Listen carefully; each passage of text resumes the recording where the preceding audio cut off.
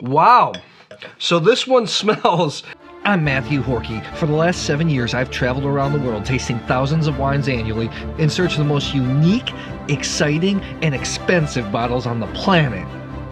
If you're just starting to get into wine, one of the most difficult things is knowing which wine to pick. People that write about wine, people like me, people that get really geeky, we usually have different tastes than those that drink wine a little bit more casually. Most people that consume wine just want something that's good, enjoyable, easy to understand. As you start to grow up a little bit more in the wine world, you're looking for more subtle nuances, you're looking for different areas of the world, you're looking for culture, geography, all these different factors that add up to make great and scarce wine. But most people don't really care about that stuff. Because wine is an agricultural product, wine professionals, people in the know, we usually like wines from small producers. That's limited quantity though, and the wines aren't super readily available, which again causes confusion. People that are a little bit more knowledgeable about wine usually turn their nose up against big brands like one we have here, or they like to turn their nose up at brands that consumers really like that are easy, understandable. To me, this is really sad because I think if you know a little bit more about wine, it's almost like a personal responsibility to help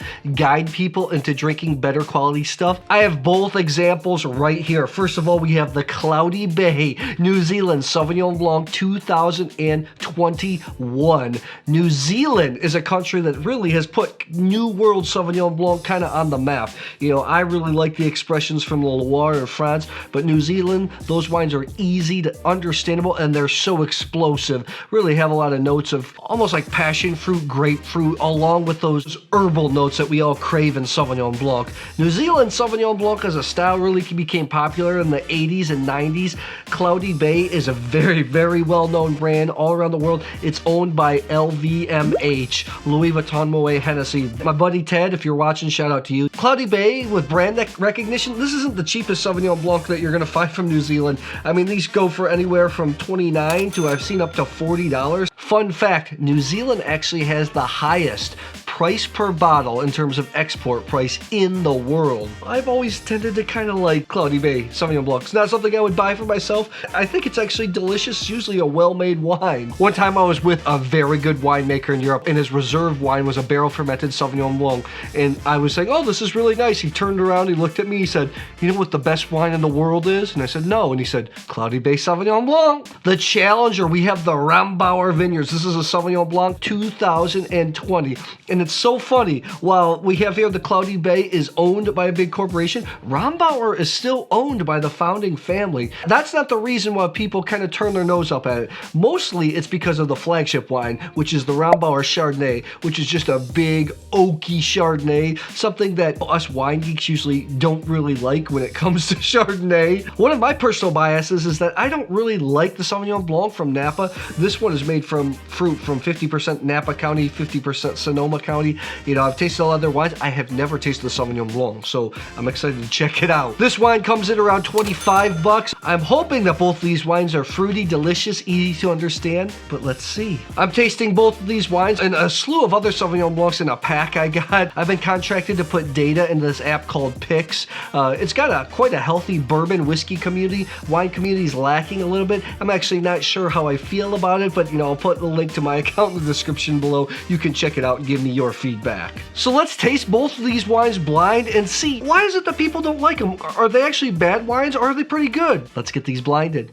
Tasting with my Gabriel Glas Standart editions. These are phenomenal universal glasses. I use them all the time. Talk about them all the time. Have a link in the description box if you want to check them out. It really helps the channel if you do. When I normally do these blind tastings, I pour in the bottles and then I have somebody mix them up for me, but these are both screw cap. I had the bottles moved away out of frame a little bit so I can't look down and see the top of the screw caps.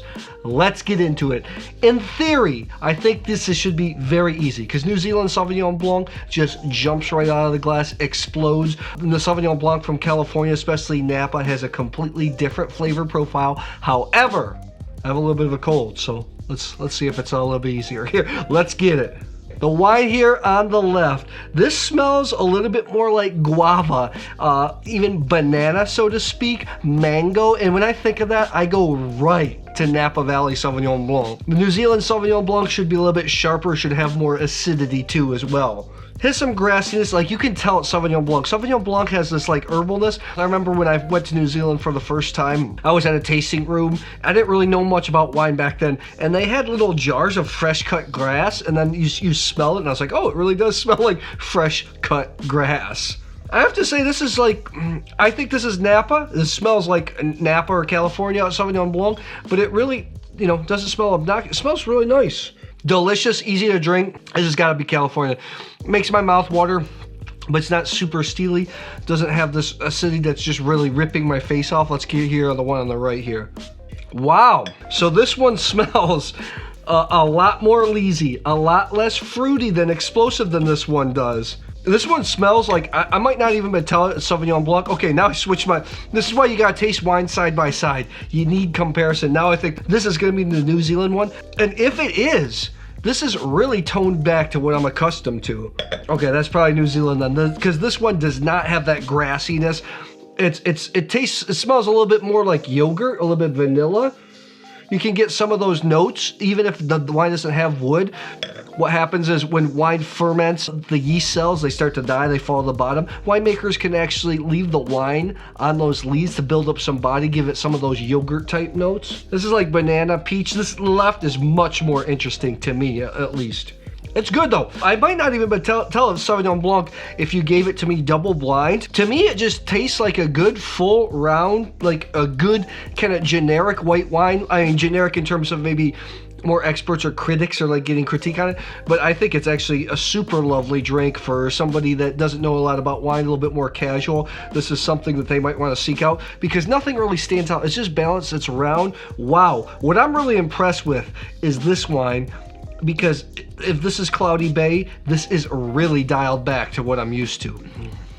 I mean, this is complex, it has energy. Yeah, neither one of these wines are offensive in any stretch of the imagination. In fact, I think they're both quite good. I mean, the one here on the left, you know, we're talking 91-ish to me right here, 89-ish, but like, you know, you say that, but really, really, just a really lovely wine. So are you ready for the reveal? Before I reveal those, check out this Sauvignon Blanc video I did a few months ago where I picked out great Sauvignon Blancs from all around the world, the best regions in the world, what I think are for Sauvignon Blanc. The video didn't really do as well as I wanted it to do, but check it out. It's a good video, okay? And see if I'm fooled here. The one on the right, which I think is California. Got somebody put here on the right. Let's take a look. This is the Rombauer Sauvignon Blanc 2020. Oh, a little rounder, has, you know, a couple years on it. I think this is really good. I mean, I would drink it. It's just well-made white wine. Okay, one here on the left. I am totally shocked. I know that they have been, a lot of New Zealand producers have been dialing back the explosiveness in recent years, especially Cloudy Bay, but this was, I mean, exceptional wine. I'd love to have this with Thai mango salad, some pad Thai, some fried rice type dishes, just really good stuff. So tell me, what are the wines that you love to hate, or maybe some guilty pleasure wines that you don't tell people you really like? Drop it in the comments below. Thanks a lot. I'll see you soon.